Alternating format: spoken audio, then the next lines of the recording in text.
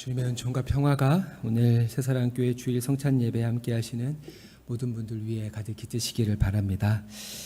여유로운 추석 연휴입니다. 가족과 친지와 정을 나누는 오붓한 명절 되시기를 바랍니다. 이렇게 한번 인사해 보겠습니다. 길거리 지나가다가 현수막에서 본 문구인데, 보름달처럼 환한 송편처럼 꽉 찬 추석 되세요. 이렇게 한번 자녀분들에게 인사해 보도록 하겠습니다. 보름달처럼 환한 송편처럼 꽉 찬 추석 되세요.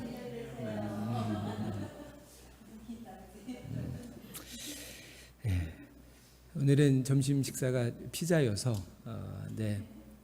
또 명절 때는 음식이 넉넉해야 되기 때문에 아주 많이 준비했습니다.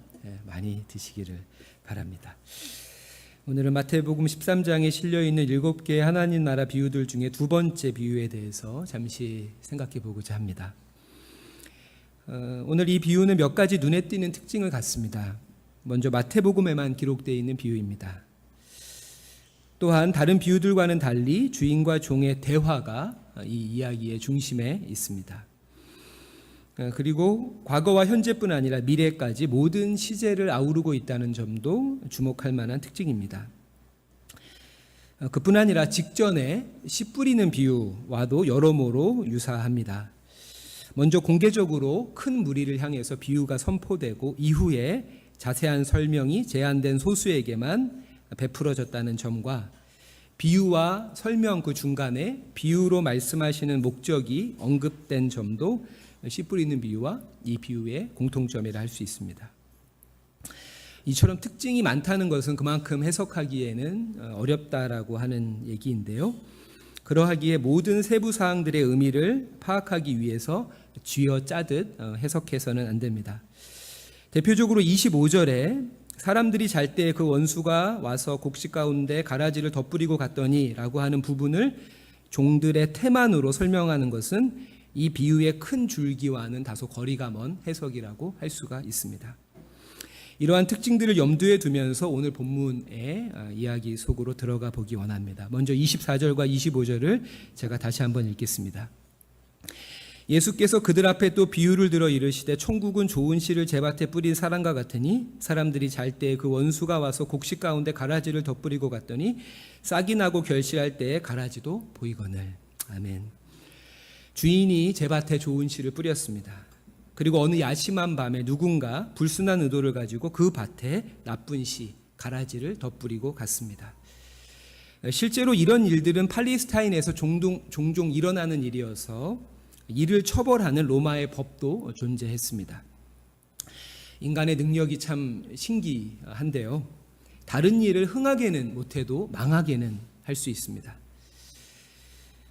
그래서일까요? 인생을 살면 살수록 어려움을 당하는 이에게 공감하는 것보다 잘 되고 성공하는 사람을 축하하는 일이 더 어렵게 느껴집니다. 이처럼 인격과 신앙의 성숙은 남의 고통을 대하는 태도에서는 물론 남의 행복을 대하는 태도에서 보다 선명하게 드러난다고 생각을 합니다. 바울의 권면처럼 기뻐하는 사람과 함께 기뻐해주고 우는 사람과 함께 울어주는 저와 여러분이 무엇보다 이번 명절에 여러분들의 만남 속에 이러한 성숙함이 깃들기를 바랍니다. 그렇게 좋은 씨뿐 아니라 덧뿌려진 가라지 또한 밭에 뿌리를 내리고 함께 자라납니다. 여기서 가라지란 팔레스틴 사람들의 주식인 밀밭에 자라는 잡초의 일종으로 독보리라고 불려집니다. 독보리라고 불리는 까닭은 이 종자에서 채취한 성분으로 마취약을 당시에 만들었기 때문입니다. 독보리는 처음에는 밀과는 잘 구분되지 않지만 점차 밀보다 월등히 키도 크고 거친 잎을 내었다가 결실할 때에는 먹을 수 없는 검은색 이삭을 내며 확연히 구분이 됩니다. 이처럼 참과 거짓은 지금 당장은 잘 분간이 되지 않습니다. 오히려 어떤 때는 거짓이 진짜같이 보일 때도 있습니다. 하지만 세월 앞에 그 맨 얼굴을 드러내게 되어져 있습니다. 27절, 28절입니다. 집 주인의 종들이 와서 말하되 주여 밭에 좋은 씨를 뿌리지 아니하였나이까? 그런데 가라지가 어디서 생겼나이까? 주인이 이르되 원수가 이렇게 하였구나. 종들이 말하되 그러면 우리가 가서 이것을 뽑기를 원하시나이까. 아멘. 그렇게 밭의 가라지의 존재를 파악한 종들이 주인에게 따지듯 묻습니다. 주여, 밭에 좋은 씨만 뿌린 게 아니었습니까? 사실 이는 종이 주인에게 할 질문이 아니라 주인이 종들에게 할 질문이죠. 주인은 얼마든지 야간 경계를 소홀히 한 종들의 책임을 물을 수 있습니다. 하지만 주인은 종들을 책망하지 않고 이렇게 말하죠. 원수가 이렇게 하였다. 마태복음의 첫 번째 천국 비유가 좋은 씨를 4가지 땅에 뿌리는 비유라면 오늘 이 두 번째 비유는 좋은 땅에 나쁜 씨를 뿌리는 비유라고 할 수 있습니다. 하나님께서 좋은 씨를 뿌려서 30배, 60배, 100배의 열매를 추수하듯 하나님의 대적 원수 마귀 역시 이를 방해하기 위해 나쁜 씨, 가라지를 뿌립니다. 그렇게 추수의 때인 세상의 끝에 이르기 전까지는 하나님 나라와 원수의 나라가 서로 첨예하게 대립하며 갈등과 충돌을 일으킵니다. 원수의 소행임을 알게 된 종들은 주인에게 이렇게 말하죠. 우리가 가서 뽑기를 원하시나이까. 당연한 반응입니다. 종들의 입장에서는 수확에 큰 지장을 주는 가라지의 존재만으로도 화가 날 일인데 이것이 바람이나 새 또는 날벌레 등의 자연적인 원인이 아니라 대적의 계획적인 행동에서 비롯된 것이기 때문입니다. 그렇게 그것을 뽑을까요? 라는 종들의 말에 주인의 답변은 가히 충격적입니다. 29절인데요. 우리 같이 한번 읽어볼까요? 시작. 주인이 이르되 가만두라. 가라지를 뽑다가 곡식까지 뽑을까 염려하노라. 아멘. 주인은 흥분한 종들을 가라앉히며 가만두라고 말을 합니다. 영어 성경의 답변은 더 단호한데요. NIV로 보면 no입니다. No. He answered. No. 헬라어로도 이 no와 같은 뜻인 우입니다. 하지 마라. 그러면서 자칫 독보리를 뽑다가 밀 알곡도 뽑힐 수 있기 때문이라고 주인은 설명합니다. 결실한 밀과 독보리는 확연히 구분되지만 너무 가까이 붙어 자라고 있기 때문에 가라지를 뽑는 과정에서 불가피하게 일부 밀이 가라지와 함께 훼손될 수밖에 없습니다. 실제로 가라지의 뿌리는 곡식의 뿌리보다 강하고 깊어서 가라지를 제거하다가 곡식을 상하게 하는 일이 빈번했습니다. 그러면서 주인은 앞으로의 계획을 종들에게 말해줍니다. 30절인데요. 우리 역시 같이 한번 읽어봅시다. 시작. 둘 다 추수 때까지 함께 자라게 두라. 추수 때에 내가 추수꾼들에게 말하기를 가라지는 먼저 거두어 불사르게 단으로 붓고 곡식은 모아 내 곡간에 넣으라 하리라. 아멘. 주인은 추수 때에 추수꾼들에게 두 식물을 모두 거두어 가라지는 불사르게 단으로 묻고 곡식은 모아 곡간에 넣으라고 할 것입니다. 그러니 가라지에 대한 심판은 추수 때로 유예한다는 것입니다. 그 전까지는 알곡과 가라지가 함께 자라도록 두라라고 하는 이 주인의 당부가 이 비유의 핵심입니다. 이 비유는 두 가지를 강조합니다. 하나는 추수 때에 대한 믿음입니다. 가라지를 심판하시고 알곡을 구원하실 추수 때에 대한 믿음. 그리고 다른 하나는 알곡이 중요하다는 겁니다. 어떠한 상황에서도 알곡을 지키는 것이 가장 중요하다는 것이죠. 지난 세기 스위스의 신학자 에드와르드 슈바이처는 이 비유의 핵심을 가라지를 제거하려는 종들의 열의를 주인이 거부한 것이라면서 이는 하나님의 심판에 맡겨두는 대신 스스로 보복하는 것에 대한 경고라고 주장하고 있습니다. 바울도 로마의 그리스도인들에게 이런 권면을 했습니다. 로마서 12장 19절인데요. 제가 읽겠습니다. 내 사랑하는 자들아, 너희가 친히 원수를 갚지 말고 하나님의 진노하심에 맡기라. 기록되었으니 원수 갚는 것이 내게 있으니 내가 갚으리라고 주께서 말씀하시니라. 아멘. 왜 주인은 종들의 열의를 물리치며 알곡과 가라지를 함께 자라게 두라는 것일까요? 이는 원수의 회방은 대단히 치밀하고 은밀한 데 반해서 종들의 대처는 매우 감정적이고 즉흥적이기 때문입니다. 실제로 종들은 처음에 가라지를 보자마자 자신들의 본분을 망각하고 주인을 탓하려고 했습니다. 이후에 그것이 원수가 한 일인 것을 알게 되자 금세 분기탱천합니다. 이처럼 종들에게는 어떤 사안을 정확히 파악할 역량도 미비할 뿐 아니라 그 감정 하나도 제대로 다스리지 못해서 알곡이 어찌 되건 말건 당장 밭의 모든 가라지를 뽑아낼 기세입니다. 29절에 뽑기를 원하십니까? 라고 번역된 헬라어 슐레고는 함께를 뜻하는 접두어 신과 말하다라는 뜻의 레고의 합성어로 함께 말하다라는 뜻입니다.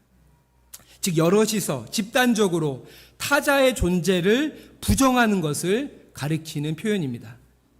문제는 그 과정에서 알곡일 수도 있는 누군가를 가라지로 규정하게 되고 그 존재가 가라지와 함께 지워질 수도 있다는 것이죠.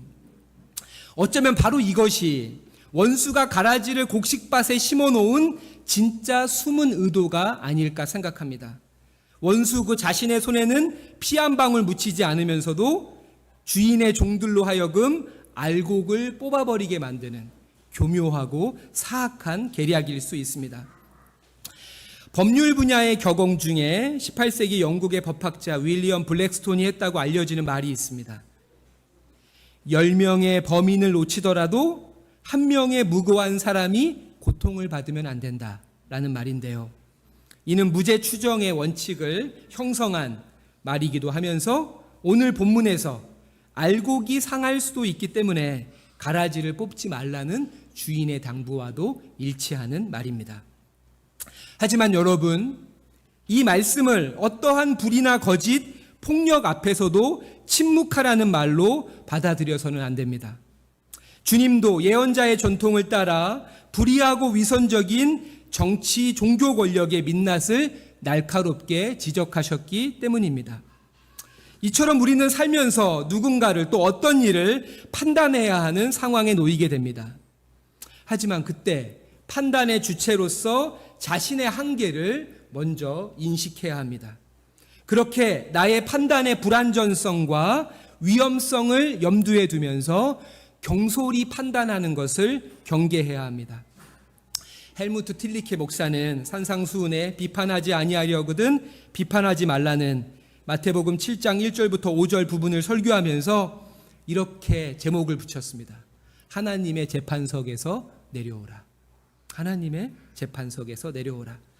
명백히 잘못된 것에 대해서는 비판해야 하고 개정과 개선을 요구해야 하며 때로는 맞서 투쟁해야 할 때도 있을 것입니다. 하지만 그러면서도 우리의 힘으로는 악을 완전히 근절할 수 있다는, 가라지를 뿌리 뽑을 수 있다는 오만한 생각 역시 버려야 합니다. 그러한 생각이 오히려 불의한 현실 앞에 쉽게 지치고 포기하게 만들고 때로는 어둠과 타협하게 하기 때문입니다. 말씀을 맺겠습니다. 비판하되 심판해서는 안 됩니다. 궁극적인 판단, 최후의 심판은 그분의 손에 달려있음을 기억하며 하나님의 재판석은 비워두어야 합니다. 그렇게 추수의 때를 소망하면서 인내해야 합니다. 추수의 날 우리의 주인 되신 하나님은 단 한 알의 알곡도 잃지 않고 모든 가라지를 불태우실 것입니다. 모든 가라지를 심판하는 과정에서 알곡이 희생되지 않게 심판하실 것입니다. 그날을 믿음으로 기다리며 조급함과 성냄이 아닌 오직 인내로 하나님의 의를 이루고 그 나라를 세워 나아가는 저와 여러분이 되시길 부탁드리겠습니다. 기도하겠습니다. 자비로우신 아버지 하나님, 긴 한가위 연휴에도 당신의 자녀들을 불러주시고 인생과 역사를 주관하시고 인도하시는 삼위 하나님의 성실하심을 찬양케 하시니 감사드립니다. 하나님을 예배하는 저희들 모두를 축복하셔서 우리의 개인과 가정에 근심이 변하여 기쁨이 되고 눈물이 변하여 찬송이 되게 하소서. 주님, 악한 자는 형통하고 의로운 이가 고난을 받는 이 모순적인 현실 속에 알곡과 가라지를 함께 자라도록 하라는 주님의 말씀이 때론 야속하고 버겁게만 다가옵니다. 하지만 인내로서만 하나님의 뜻과 나라가 결실케 됨을 소망하며 선으로 악을 이기는 저희들이 되게 하소서. 주님, 주인의 밭에 가라지를 덧뿌리는 원수처럼 이웃의 좋은 소식에 함께 기뻐하지 못하는 옹색한 마음을 넉넉하게 하셔서 올 한가위 가족과 친지와의 만남 가운데 우리들이 주님의 은총과 평화의 마중물이 되게 하시길 우리 구주 예수 그리스도의 이름으로 기도드립니다. 아멘.